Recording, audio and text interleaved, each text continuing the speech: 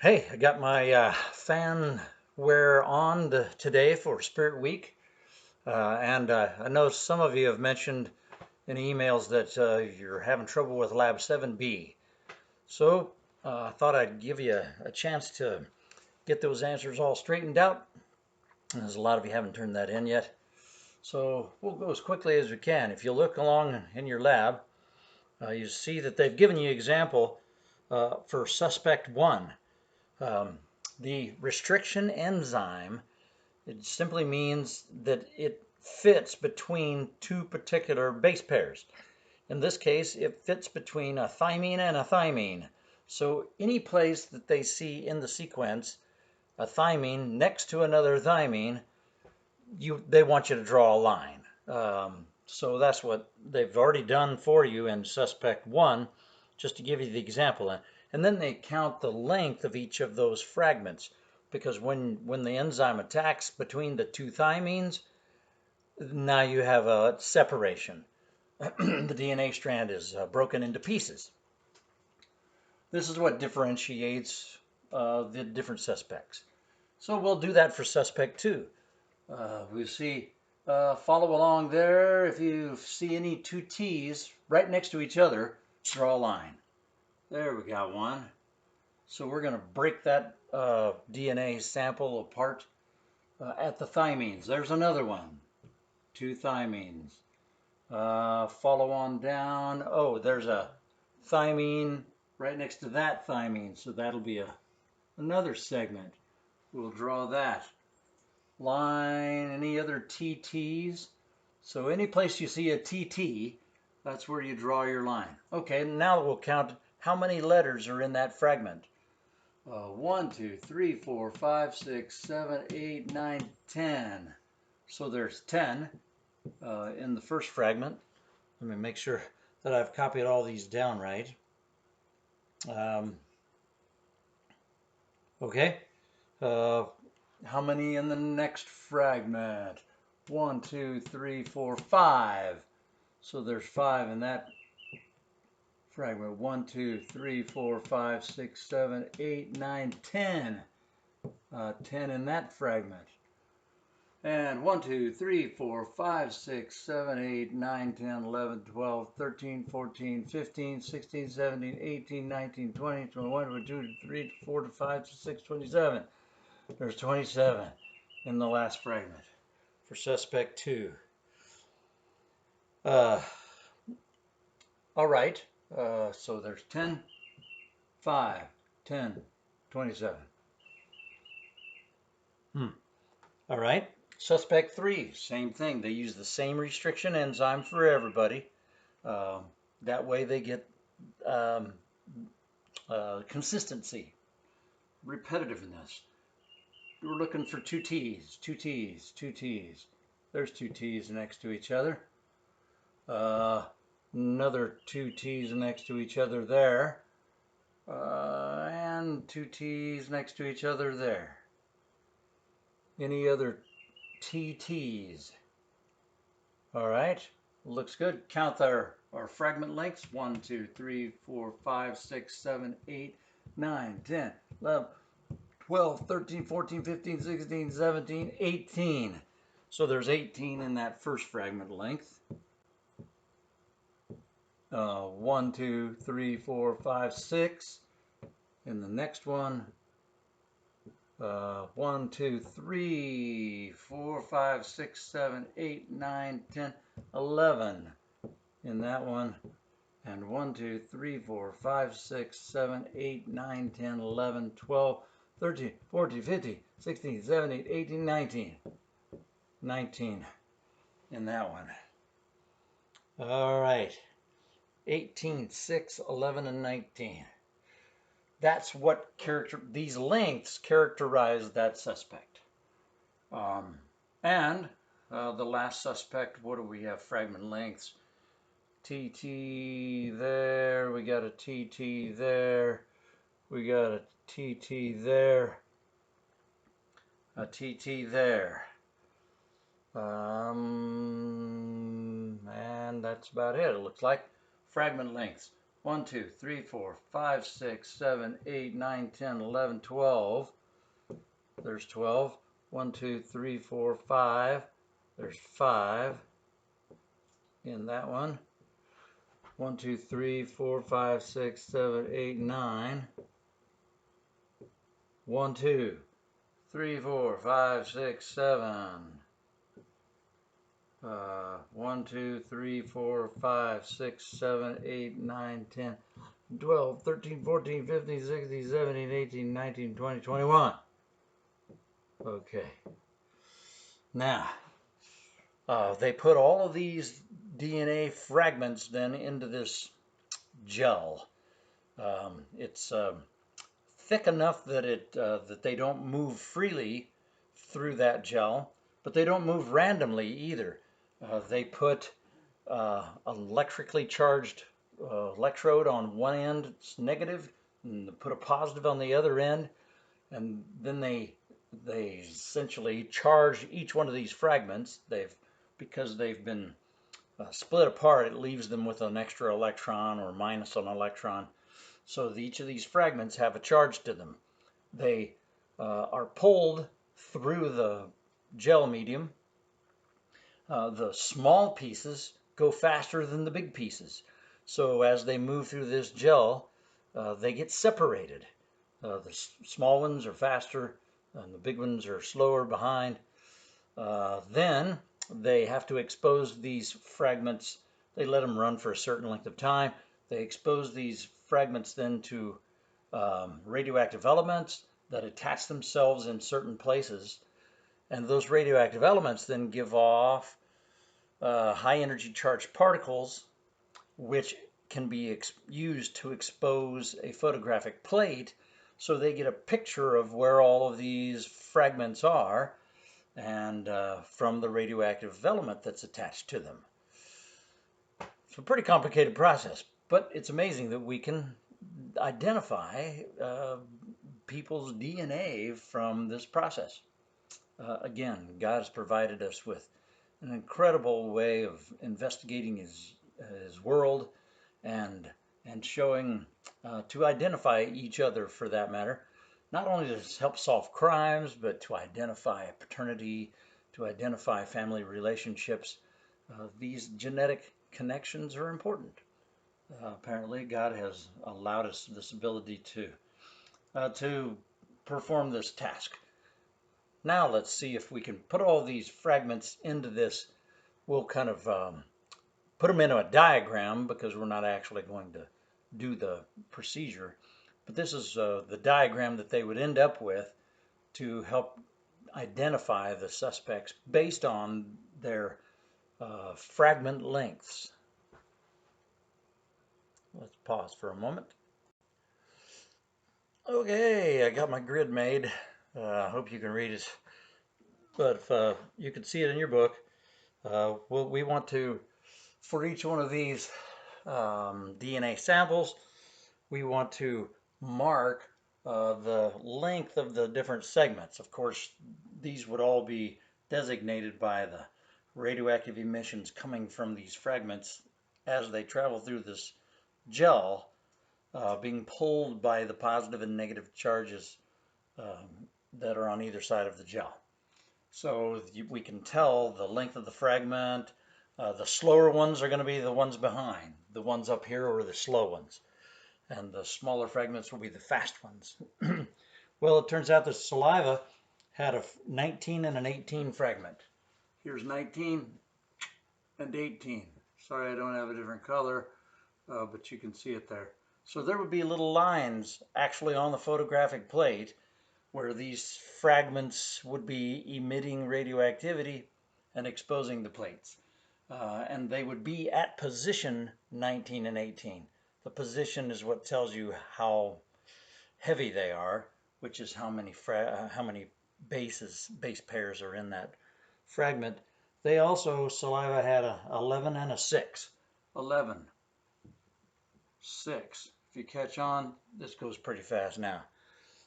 Hair had a 21, 14, 12, and 7. A 21, a 14, a 12, and a 7.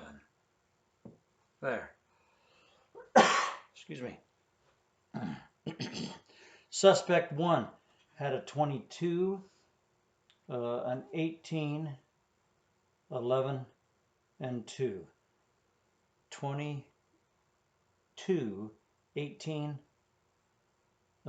12.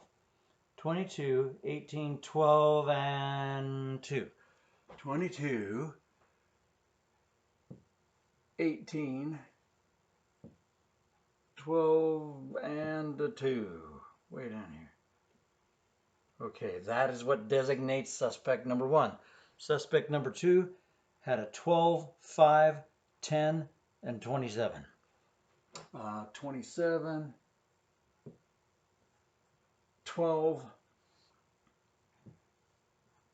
10 and 5.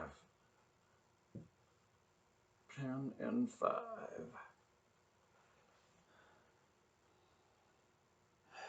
27, 12, 10 and 5. Okay. And suspect 3 had an 18, 6, 11, 19. So 19, 18, 11, 6. There. 19, 18, 11, 6. Those are the fast ones. The heavy ones are the slow pokes. They're way behind on the gel electrophoresis picture. And number 4, suspect number 4 has a 21, 12, 7, 9, 7. 21, 12, 9, 7, 5. 21, 12, 21, 12, 9, 7, 5. There, that's what designates him. That's it.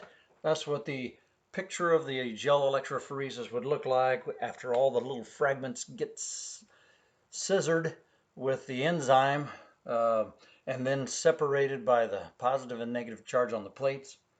They have this race and they all get separated. What we want to do is compare the suspects now to the saliva and the hair, particularly the saliva, because that's actually found on the brownie itself. The hair could be from the crime scene. It's circumstantial evidence that might not really designate the guilty party. But somebody left their saliva. Which suspect looks like it matches up with the saliva? It looks like number 3. 19, 18, 11, and 6. So suspect number 3 is our, well, he's at least left his saliva on the brownie. Maybe he didn't steal the brownie. Maybe somebody else stole it and gave it to him. I don't know. So we'll look at the questions now.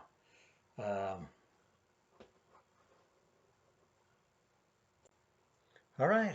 Question number 1, of course, was just making all the lines on your fragments of the DNA samples. Question number 2 asks you, why would the restriction enzyme have to be used? It's always cutting at the same site every time. Why is it essential? For consistency. Yeah. Cuts at the same place every, cuts at the same base pairs.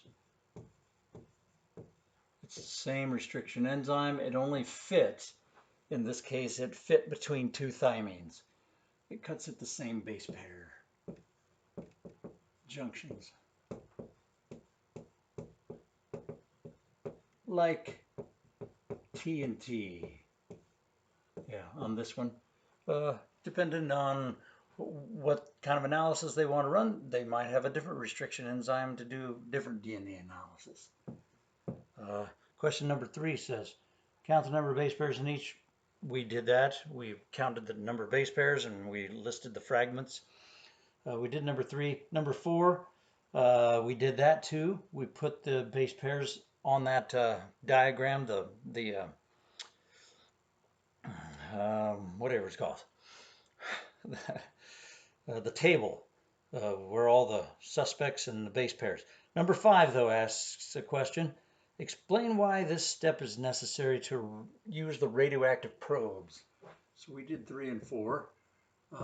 Number 5, why the radioactive probes? So we can take their picture.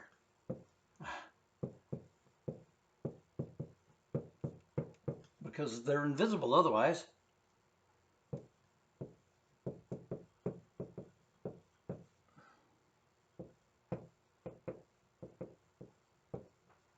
We could take a picture of the fragments giving off radiation. Isn't that interesting that what we usually think of as something bad, radioactive materials, we have found a good way to use everything that God has made. In this case, we can use it to track different segments of DNA. They use radioactive elements in medicine all the time to follow particular, for example, iodine.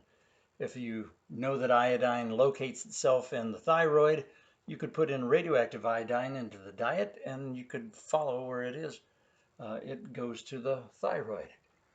You could even, if you had thyroid cancer, you could actually use radioactive iodine then to go to the thyroid and kill off some of them cancer cells. Number 6, final step. That's what we did in that table. The gel box, they called it in the book. So we already did that one. Number 1 under analysis. Let's look at that.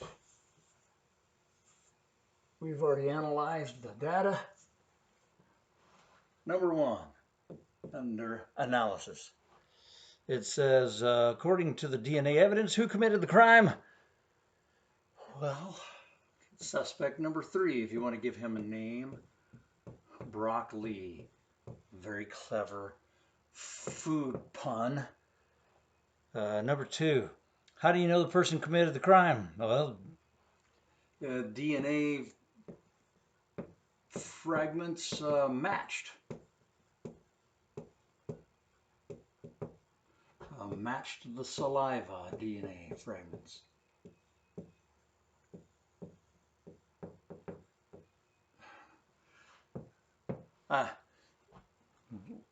Saying that he committed the crime is a conclusion. What we really should concentrate on is just evidence. This is evidence that could be used to convict him of the crime. Number 3, using the evidence, explain how DNA fingerprinting can be used to clear a person as a suspect. Well, for example, if the suspect that had a match to the hair, which was, I think, Jim Socks, suspect might have matched the hair, but that just puts him at the crime scene. Actually matching it to the saliva actually clears Jim Socks. So, for example, Jim Socks, a DNA fragment did not match the saliva.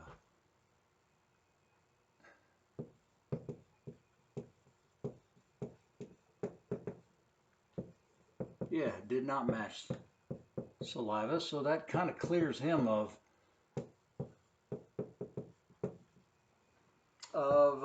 the actual crime. You can find DNA evidence at a crime scene, but it could not necessarily mean that they committed the crime. Number 4, why was suspect 2's DNA fingerprint not exactly suspect 3's DNA fingerprint, even though they're identical twins? Well, identical twins, as they grow, we've talked about this, there's mutations that occur. Even as the embryos developed before they're born, sometimes there will be slight differences in their, as the DNA is replicated and cells divide.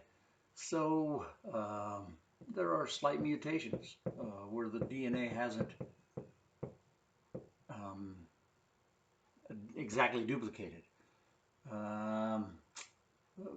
Or indicated, mutations are indicated by especially these places where the DNA is highly differentiated.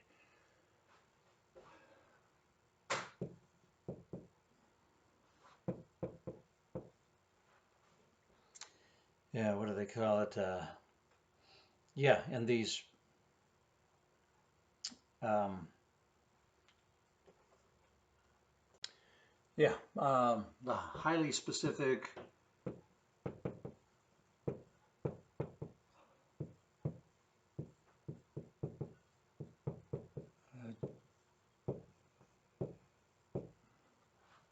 DNA fragments.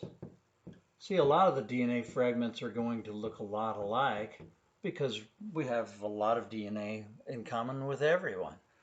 But certain places that are highly specific for an individual, and that's what they look at, and that's what determines what restriction enzymes they're going to select. Number 5, what are some limitations to using this technique as evidence in a trial? Well, there may not be good source of DNA to take a sample from. There's 3 reasons anyway. May not be a good source of DNA. Has to actually be cells. It can't just be water or something wet. And of course, red blood cells don't have DNA. They don't have a nucleus.